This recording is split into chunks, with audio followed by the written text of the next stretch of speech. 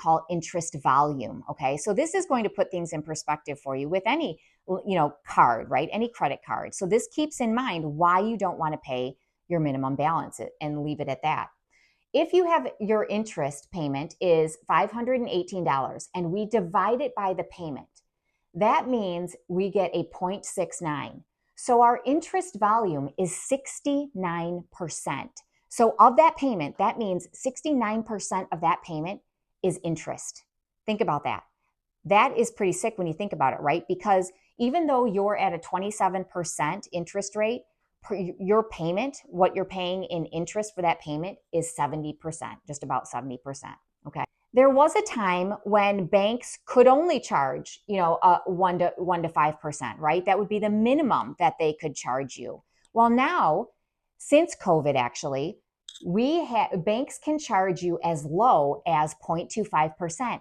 Yay, right? That's awesome. They can charge as low as 0.25%. Or is it? Think about this, okay? This is really good for you guys to understand because I would rather pay 1% than I would want to pay 0.25% because paying 0.25% is a very, very low payment, right? And so that means I am not going to be paying very much back on my principal.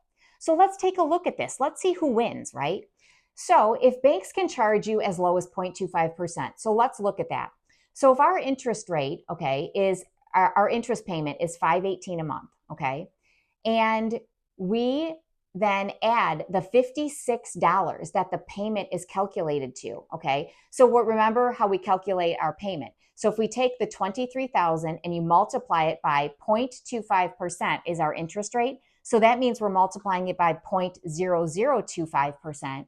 So that means the payment that's going to your principal is $56. Whereas here, it's at least $230, right? So the lower this amount is, okay, the lower this amount is, this percentage is, the more detrimental it is to you, right? Because if we take the 518, like I said, plus the 56, we know our payment is 574. Looks like a good deal, right? If our payment's 574 versus 748. However, when you look at the interest volume, if you take 518 and divide it by 574, what do you think that is? Well, let's do it, right? Let's do it. So we have 518, we're going to divide it by 574, and that equals 0.9024. So guess what that means? That means you are then spending 90%.